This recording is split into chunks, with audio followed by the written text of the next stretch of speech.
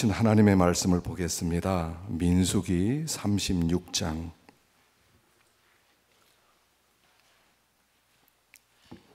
민수기 36장 10절에서 13절까지. 민수기 36장 끝장입니다. 10절부터 13절까지입니다.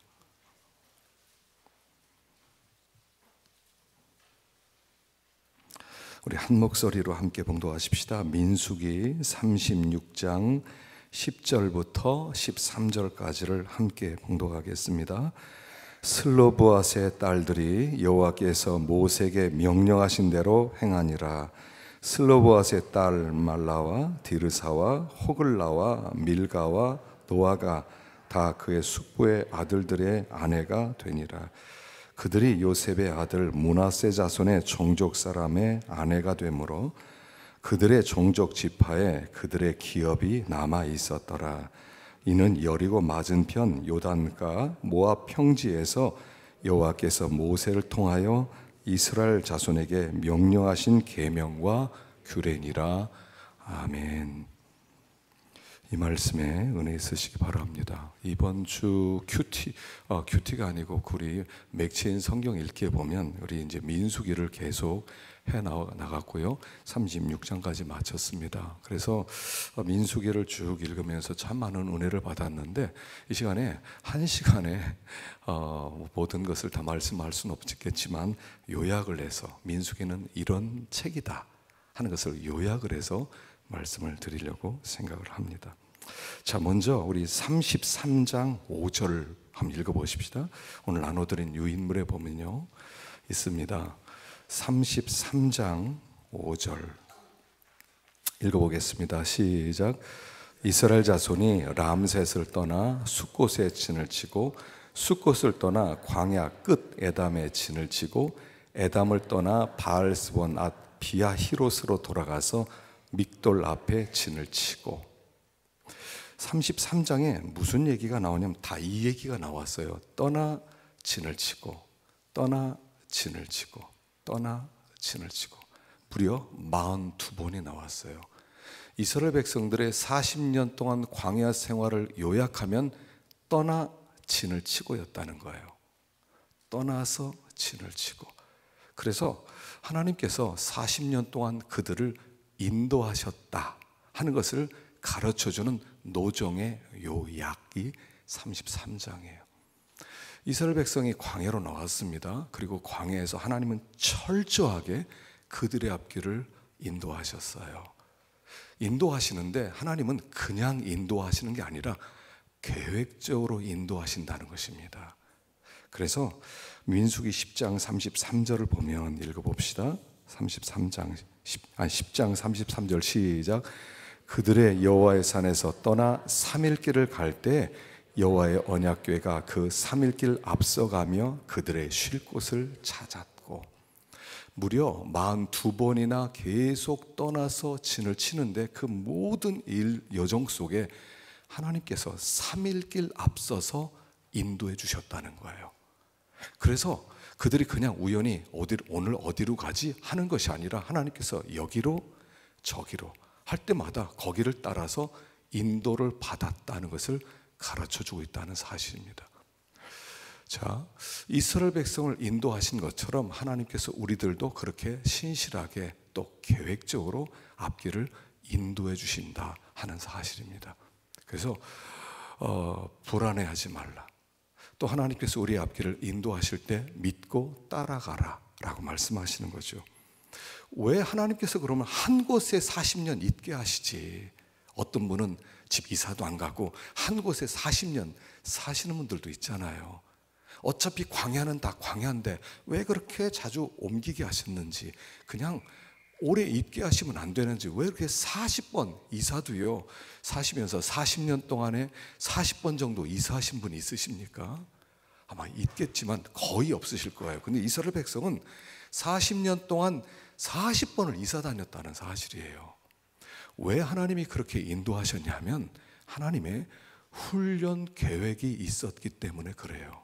가는 곳곳마다 하나님이 어떤 것을 깨우치시고 가르치시고 그들을 훈련시키는 거예요.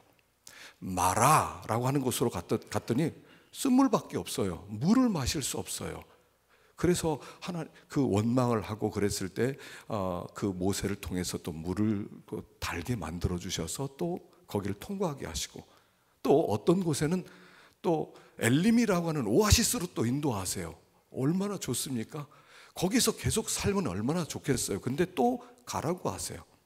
어떤 곳에는 르비딤이라고 하는 곳으로 인도하세요. 그 르비딤은 아말렉 사람들이 있어서 싸움을 걸어오는 전쟁 있는 땅이었고요. 다양한 곳으로 하나님이 인도하셔서 그들을 훈련시키는 거예요. 훈련이 뭐냐면 이겁니다. 너의 연약함을 알아라. 너의 약점이 무언가를 알아라. 너는 너의 힘으로 살 수 없다. 너는 나를 의지해야만 살 수 있다. 이걸 가르쳐 주는 거예요. 이 광야 생활의 훈련의 핵심은 이겁니다. 40년 동안 한 가지 배우는 거예요.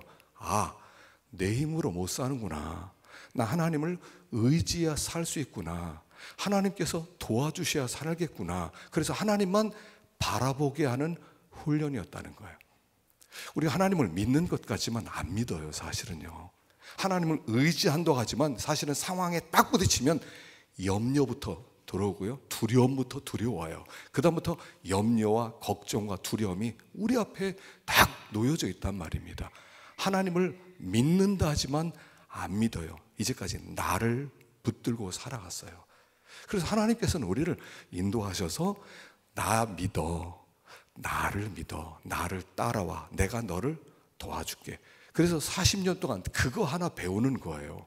신앙생활은 어떻게 생각하면 이거 하나 배우고 하나님 앞에 가는 겁니다. 아, 하나님만 의지하면 되는구나. 하나님의 인도를 받으면 되는구나. 요거 하나 배우는 거예요. 하나님만 붙들면 되는구나. 하나님의 인도를 받기만 하면 되는구나. 그래서요, 그 예스겔서에 보면 47장의 성전 문지방에서 막 물이 내려오지 않습니까? 지나가면 1,000척, 2,000척, 3,000척, 4,000척. 처음에 1,000척 따라가니까 발목이에요. 물이 막 뛰어다녔어요. 좀 더 가니까 이제 허리까지 왔어요. 그리고 나서는 그때도 좀 다닐 수 있어요. 좀 더 가니까 목까지 왔어요. 좀 더 다니기 힘들어요. 그러나 거기까지도 내 마음대로 할 수 있어요. 발이 땅에 닿으니까. 4,000척 가니까 발이 땅에 닿지를 않아요. 그때부터는 헤엄치는 물이 되고 그 물결이 인도하는 대로 가게 되는 거예요. 거기서 우리에게 가르치는 교훈은 딱 하나예요. 두 종류의 삶이 있다는 거예요. 1,000척, 2,000척, 3,000척까지 삶은 하나예요. 네 발로 네가 원하는 대로 다닐 수 있다. 그러나 진짜 주님을 믿으면 너의 인생은 네가 가는 게 아니다. 발이 땅에 안 닿아야 돼요. 발이 땅에 안 닿는 곳으로 하나님이 인도하셔서 내가 인도하는 대로 가. 바로 이거 배우는 거란 말이에요. 그래서 발이 땅에 안 닿는 곳으로 하면 우리는 불안해집니다. 발이 땅에 안 닿네. 이거 어떡하지? 그러나 그때부터 하나님의 인도가 시작되는 거예요. 발이 땅에 닿을 때는요, 내가 원하는 대로 갈 수 있어요. 내가 내 인생을 계획할 수 있어요. 디자인을 해나갈 수가 있어요. 오늘 여기 가야지, 저기 가야지. 그러나 발이 땅에 닿지 않는 순간부터는 맡길 수밖에 없어요. 광야에서 이거 배우라는 거예요. 나 믿어, 나 따라와. 이게 신앙생활이에요. 근데 우리는 자꾸 하나님 안 돼요. 내 발이 땅에 닿아야 돼요. 하나님 내가 뭐 해야 돼요. 자꾸 내가. 그걸 하나님이 깨뜨리시는 거, 요게 광야 생활이라는 거예요. 그래서 우리가 지금 어떤 상황에 있는지, 어떤 지금 지경에 있는지 모르지만 거기서 하나예요. 발이 땅에 안 닿는구나. 이젠 끝났구나. 맡기는 수밖에 없겠구나. 그거 배우면 그때부터 놀라운 역사들이 나타나기 시작해요. 하나님의 역사를 보기 시작하는 거예요. 하나님이 하시네. 이것도 하나님이 하시네. 하나님이 하는 역사를 보게 되는 거예요. 발이 땅에 안 닿아야 돼요. 발이 땅에 닿으면 하나님께 그렇게 부르짖지 않아요. 발이 땅에 닿는데 뭐, 내가 갈 수 있는데 뭐, 내 능력으로 다 뭐든지 디자인할 수 있는데 뭐 그렇게 부르짖어요. 그러나 발이 땅에 안 디디면 기도가 나오는 거예요. 하나님 도와주세요. 나 발이 땅에 닿질 않아요. 어디로 가야 될지를 모르겠어요. 그렇게 하나님께 나오게 될 때 하나님이 3일 길 앞서서 준비해 놓으신 것을 알게 되는 거예요. 서울에 가면요, 남서울 은혜교회라고 있어요. 홍정길 목사님이 남서울교회를 세우셨는데 20년 되시고 거기를 은퇴하면서 퇴직금을 받아다가 새로 세운 장애인 학교예요. 지금은 아주 굉장히 부흥을 하고 있고요. 좋은 목사님이 목회를 하세요. 그런데 장애인 학교를 세운다니까 동네가 다 들고 반대를 했어요. 그렇게 어렵게 하고 사람들이 그렇게 와서 막 부수고 뭐 훔쳐가고 불태우고 뭐 그런 일이 있었어요. 그리고 입구를 동네 쪽으로 하지 말고 저쪽으로 하라고 세운 계획을 다 바꾸게 합니다. 어렵게 바꿨어요. 근데 지금요, 그때 그 입구 안 바뀌었으면 큰일 날 뻔했어요. 가장 좋은 길로 만들어졌어요.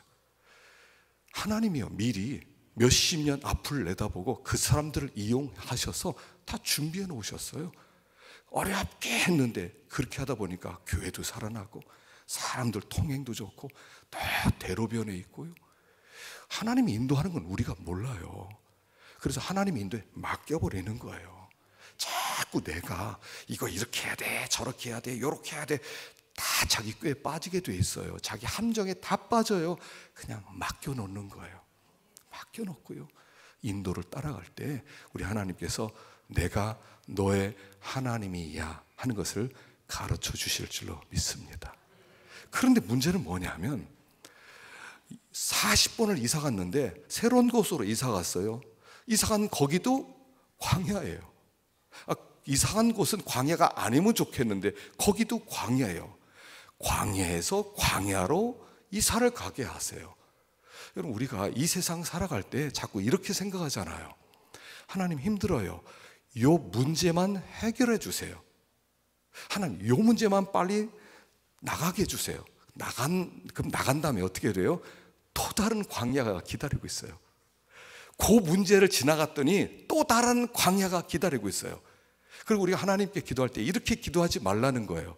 하나님, 이 문제만 해결해 주시면 제가 진짜 행복해질 것 같습니다. 그렇게 기도하지 말라는 거예요. 그 문제 나오면 또 다른 문제가 기다리고 있어요. 광야 뒤에 광야가 있고 광야 뒤에 또 광야가 있어요. 계속 광야로 점철된 것이 우리의 삶이에요. 그러면 이렇게 힘겨운 세상 어떻게 해요? 찬송가 몇 장이죠? 이 세상의 험한 길 가는 동안 잠든 평화가 어디 있나? 우리 모두 다 예수를 친구 삼아 참 평화를 누리겠네. 광야예요. 그런데 이 광야에서 평화를 누리는 법이 있다는 거예요. 이 광야니까 괴롭고 힘들고 고달픈데 그 속에서 평안함을 누리는 길이 있다는 거예요. 자, 거기에 여기 이사야서 나옵니다. 한번 26장 3절을 한번 읽어보십시다. 이사야서 26장 3절 시작. 주께서 심지가 견고한 자를 평강하고 평강하도록 지키시리니 이는 그가 주를 신뢰함이니이다. 심지가 견고한 자를 평강의 평강으로 인도해 주셔서 그가 산 곳이 어디든지 나 어느 곳에 있든지 늘 마음이 변하다. 어느 곳에 있든지 괜찮아요. 문제가 있든지 어려움, 병이 들든지 괴로움이 무슨 문제가 있든지 그 속에서 평안을 얻는 법이 있다는 거예요. 그게 뭐냐면 견고한 심지. 심지가 견고하면 어떤 상황이든 평강의 평강. 이것은 절대적 평강이란 뜻이에요. 하나님이 그 평안함으로 우리를 입혀주시겠다 이렇게 말씀하세요. 심지가 견고하다는 것은 뭐냐면 심지라는 단어는 이런 뜻입니다. 목적, 동기, 생각 이런 뜻이에요. 원래 그 목적에 있어서 견고한 자, 그 생각에 있어서 견고한 자, 그 삶의 동기에 의해서 견고한 자, 이 견고한 자는 하나님이 평강 주시겠다는 거예요. 그 우리는 어떤 목적을 가지고 있나요? 어떤 생각과 어떤 동기 속에서 살아갑니까? 한 가지밖에 없어요.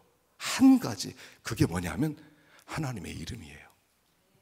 하나님의 영광, 하나님이 하나님. 어떻게 하면 하나님께 영광 돌리지? 어떻게 하면 하나님을 기쁘시게 해드리지? 어떻게 하나님의 이름이 높아지지? 그래서 하나님의 이름을 높이는 것, 거기에 초점을 맞추는 거예요. 하나님을 어떻게 기쁘했을까? 거기에 있어서 견고한 사람, 거기에 뿌리를 내린 사람, 그 사람들은 그 상황이 어떠하든지 간에 사시사철 열매를 맺게 되는 거고요. 10년 가운데 평강이 넘친다는 거예요. 여러분, 저는 소나무를 참 좋아해요. 제가 산에 올라가서 지금 기도원에다 소나무를 저도 우리 장로님하고 이렇게 같이 심는 걸 봤거든요.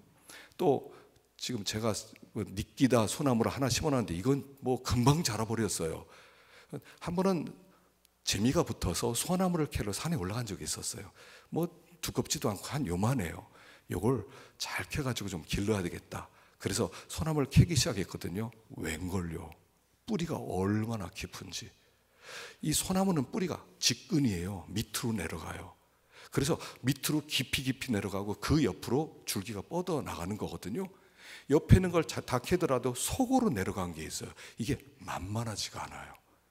그래서 그 캐느라고 나중에 이틀 동안 가서 막 톱도 가져가고 이렇게 얼마 되지도 않은데요. 막 거기 뿌리가 얼마나 한지 그걸 톱까지 가고 뭐 삽까지 가고 그랬는데 결국은 못 캐고 다시 덮고 왔어요. 뿌리가 깊어요. 잘못 캐면 죽어요. 나무는, 소나무는. 이게 심지가 견고한 거예요. 한 목표를 향해서 뿌리를 깊이 내리면 그 주변의 상황이 어떠하더라도, 소나무는 겨울에 모든 나무 이파리 다 떨어졌을 때 혼자 푸른 이파리를 가지고 있어요. 봄이 되면 이파리를 그때 떨어뜨리고 새로운 이파리가 나오더라고요. 그런데 어떻게 그럴 수 있냐면 깊이 내려가니까 추위와 관계없어요. 가뭄과도 관계없어요. 어떠하든지 간에 항상 푸른 이파리를 가질 수 있어요. 우리가 하나님을 향한 한 가지 목표에 집중하면 하나님의 이름, 하나님의 영광, 여기에 뿌리를 깊이 내려 있으면 그때부터는 평안함이 찾아와요. 평안함이 찾아와요. 그래서 우리가 하나님께서 우리가 이 광야 같은 세상을 살아가면서 하나님이 주시는 이 평안함을 우리가 지키면서 살아가는 것, 한 목표를 가지고 있어야 돼요. 그런데요, 문제가 있어요. 우리 주변에서 우리에게 하나님이 허락하신 이 평강을 빼앗아 가려는 수많은 무리들이 있다는 거예요. 수많은 무리들이 너의 평강 내놔. 네가 왜 이 상황에서 너 혼자 그렇게 평안하냐? 너 평안한 거 내가 용납을 못해. 그래서 주변에는 수많은 무리들이 우리의 평안함을 빼앗아 간다는 거예요. 그래서 이 평안을 빼앗아 가지 않기 위해서 두 가지를 조심하셔야 돼요. 첫째는 뭐냐면 영적인 교제를 조심하셔야 돼요. 자, 여기 마태복음 13장 27절을 읽어보십시다. 마태복음 13장 27절 시작. 집 주인의 종들이 와서 말하되 주여 밭에 좋은 씨를 뿌리지 아니하였나이까? 그런데 가라지가 어디서 생겨났나이까? 주인 이르되 원수가 이렇게 하였구나. 종들이 말하되 그러면 우리가 가서 이것을 뽑기를 원하시나이까? 주인이 이르되 가만두라. 가라지를 뽑다가 곡식까지 뽑을까 염려하노라. 둘 다 추수 때까지 함께 자라게 둬라. 추수 때 내가 추수꾼에게 말하기를 가라지는 먼저 거두어 불사르게 단으로 묶고 곡식은 모아 내 곡간에 넣으리라 하리라. 이 세상은 우리를 요동하는 수많은 세력들이 있어요.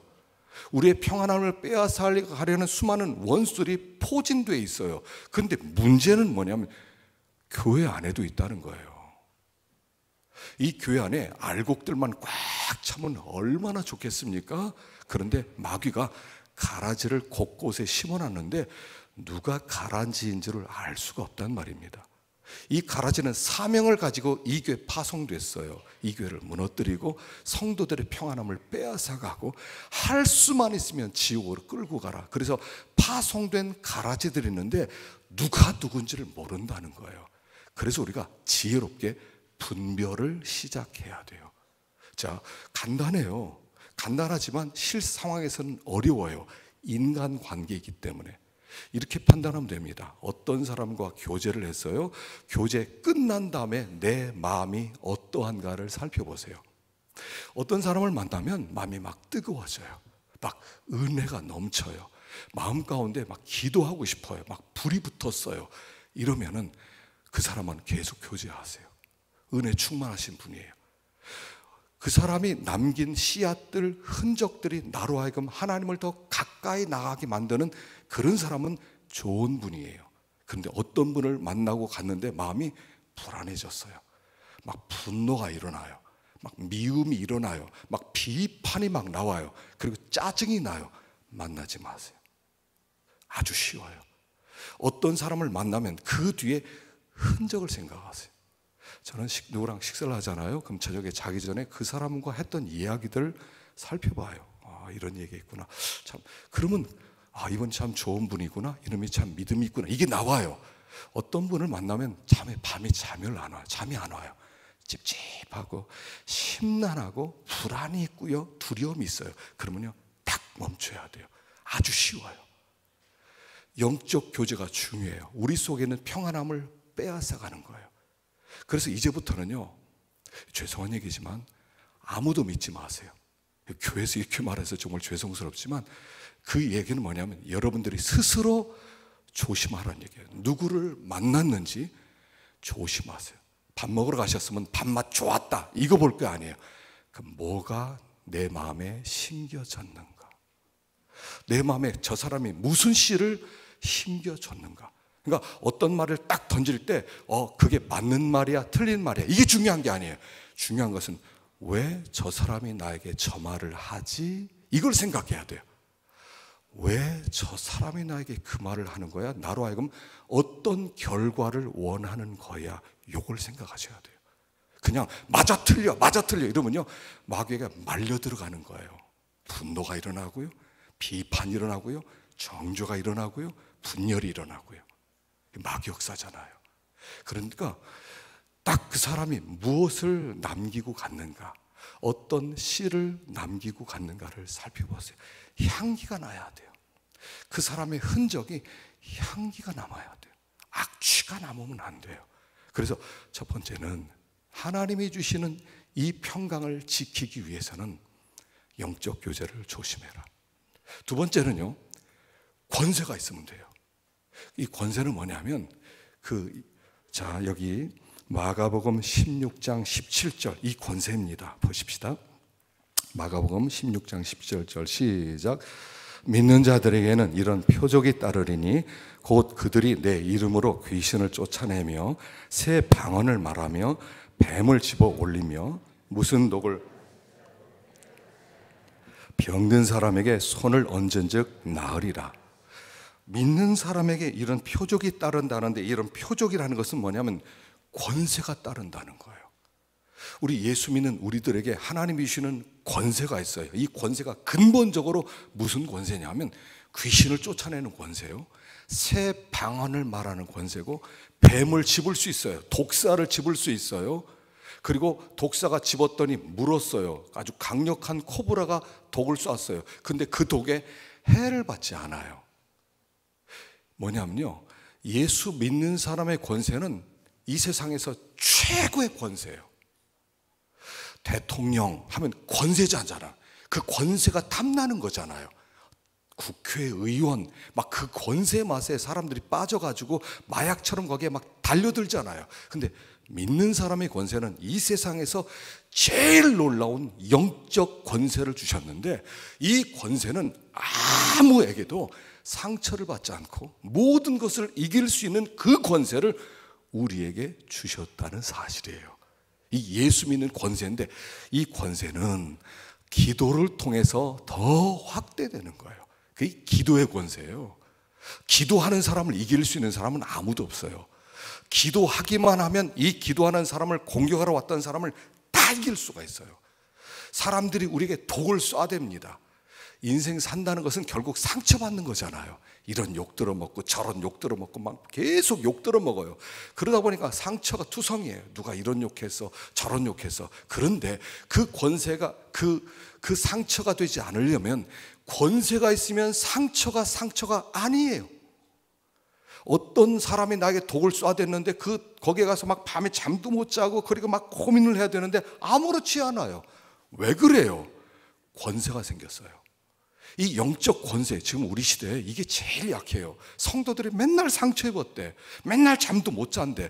왜 그랬어요? 그 권세를, 하나님이 주신 권세를 누리지를 못하고 그 권세로 새로워지지 못하고 하나님이 주신 그 권세를 받고 내 권세 주겠다는 거거든요.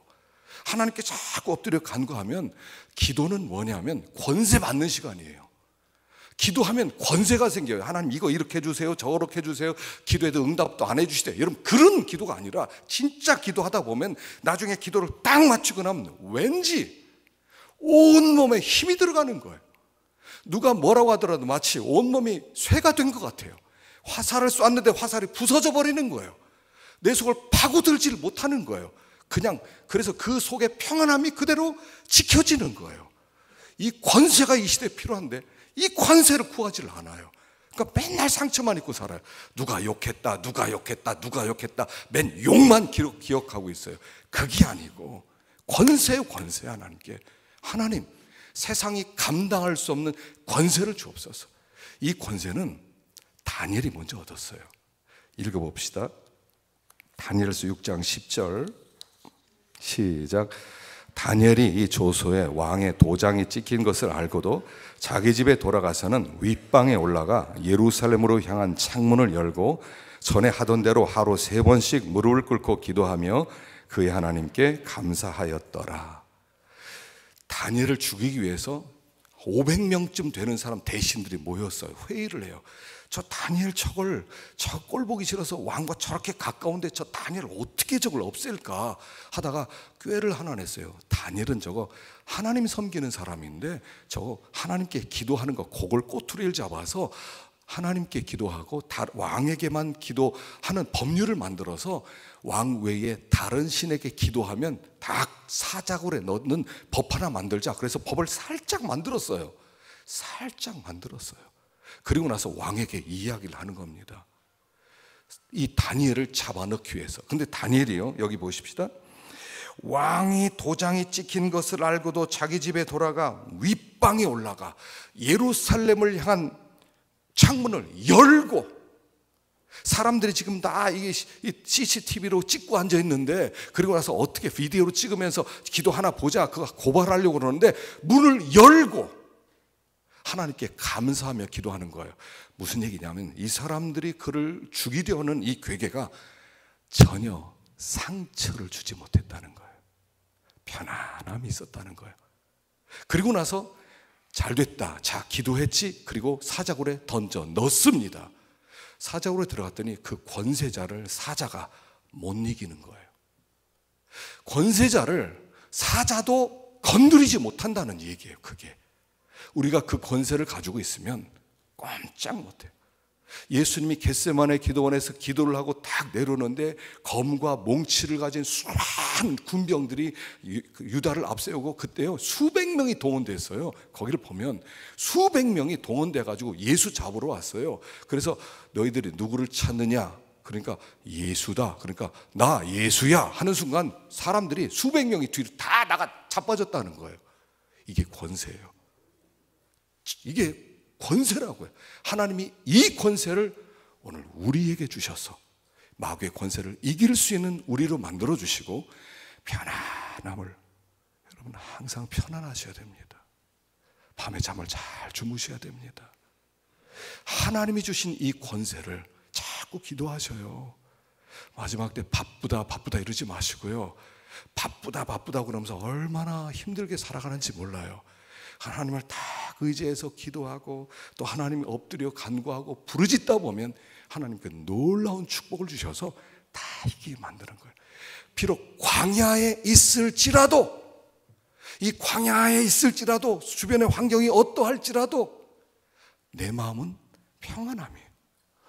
내 영혼 평안해, 내 영혼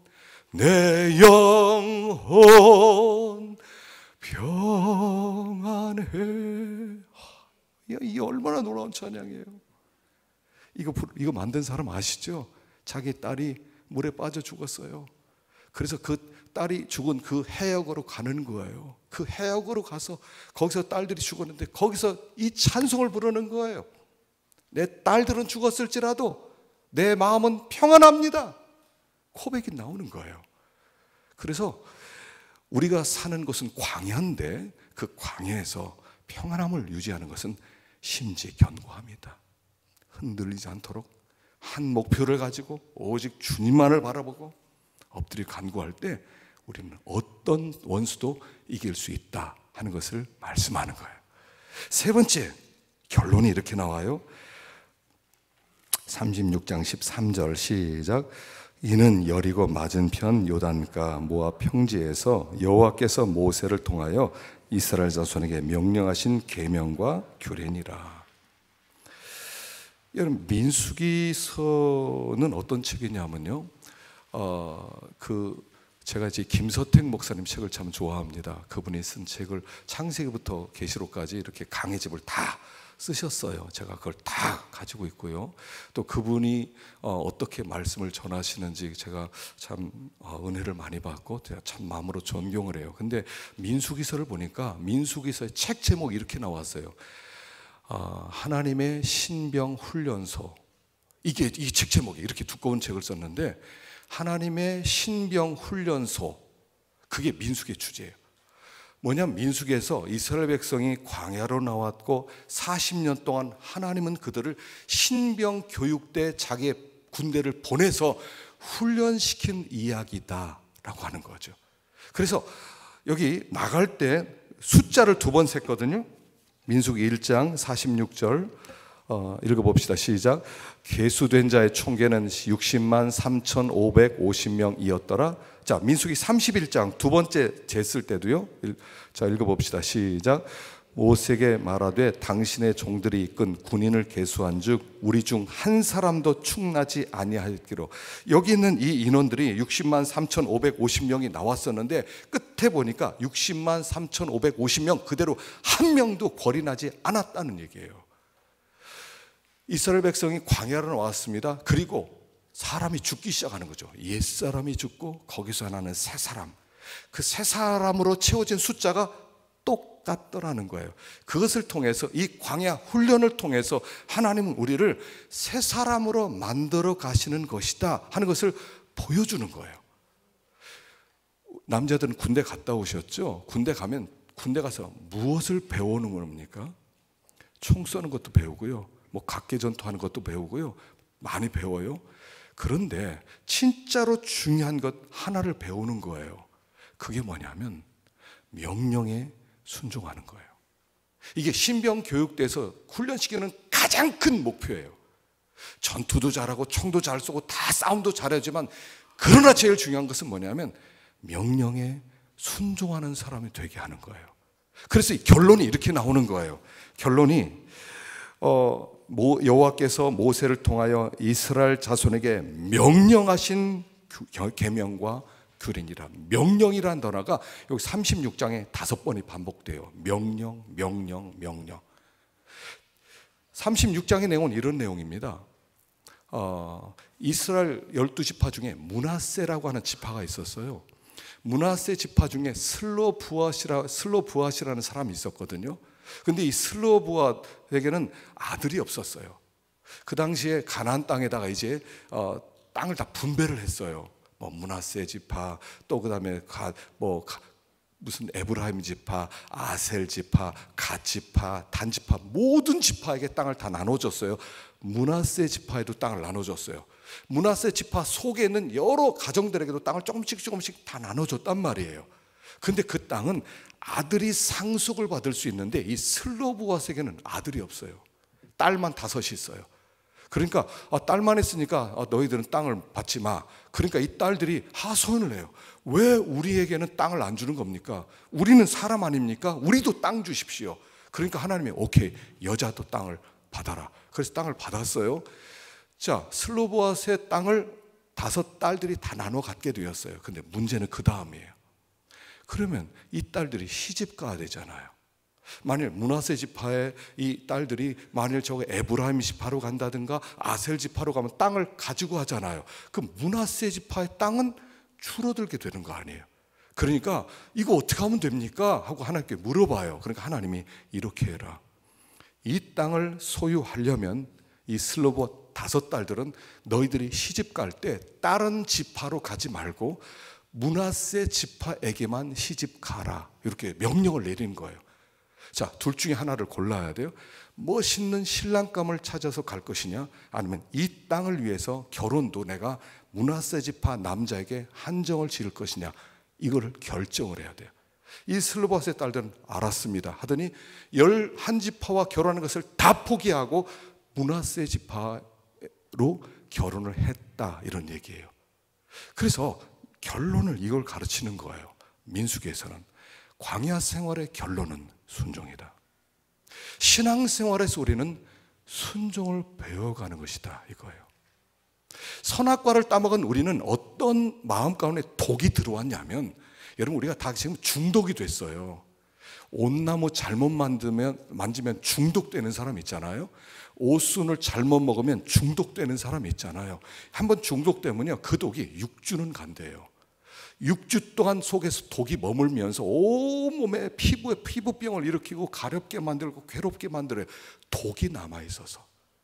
자, 선악과를 먹은 선악과의 독이 있어요. 그 독이 뭐냐면 나 하나님이야 이러고 다니는 거예요. 나 하나님이야, 나 건드리지 마. 누가 나를 건드려? 이게 아이들 2살 정도 되면 다 나와요. 싫어, 못해. 말만 시작하면 애들이 싫어, 못해, 노, 이것만 배우는 거예요. 얼마나 꼴보기 싫어요? 그냥 쥐어받고 싶지 않아요? 그렇게 예쁘던 아이들이, 그렇게 방심방심 웃던 애들이 싫어, 안 해, 안 먹어, 이래 보세요. 그냥 이걸 어떻게 갖다 버릴 수도 없고, 이게 독이 퍼져서 그런 거예요. 우리는 다 독이 퍼졌어요. 나 하나님이야, 나 건드리지 마, 내가 중심이야, 내가 기준이야, 누가 나를 건드려. 그걸 건드리면 그냥 2배, 3배로 보복하는 게 선악과의 독이 퍼져서 그래요. 그래서 주님은 우리를 민수기 광야로 보내서 그 독을 제거하는 일을 하는 거예요. 떠나고 진을 치고 떠나고 진을 치고 떠나고 진을 치면서 뭘 배우냐면, 아, 나는 하나님이 아니었어. 나는 피조물이었어. 하나님이 나를 창조하셨어. 하나님이 나를 인도하시는 분이야. 나는 아무것도 아니야. 요거 배우는 거예요. 그게 결론이 순종이에요. 이게 싫어해요. 그래서 우리는 순종을 싫어하는 거예요. 말은 순종 좋아한다고 그러지만 사실 순종은 싫은 거예요. 너는 주인공이 아니야.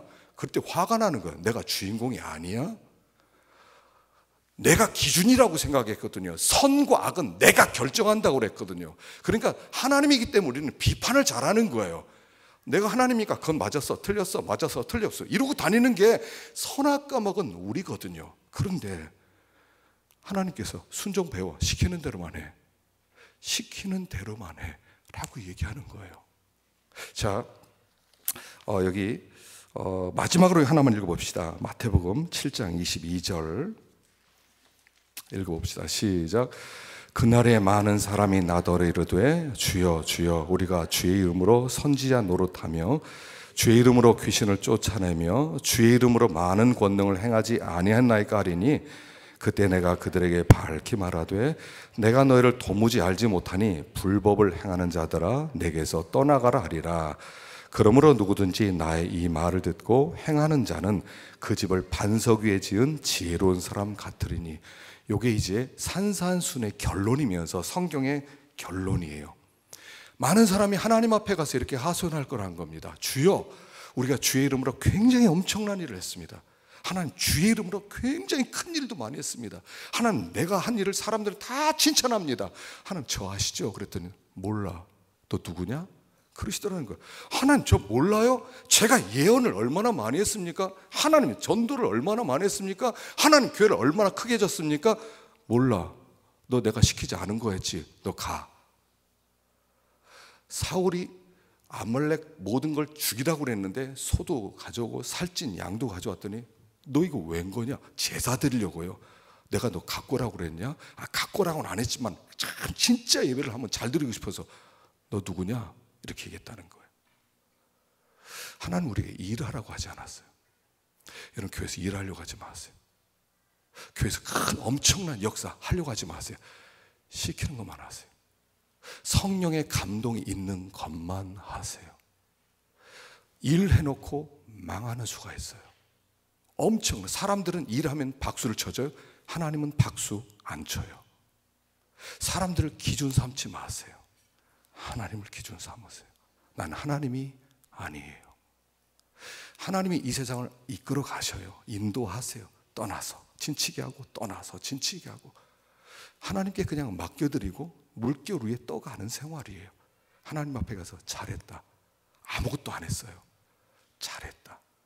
뭐 별것도 안 했어요. 근데 잘했다.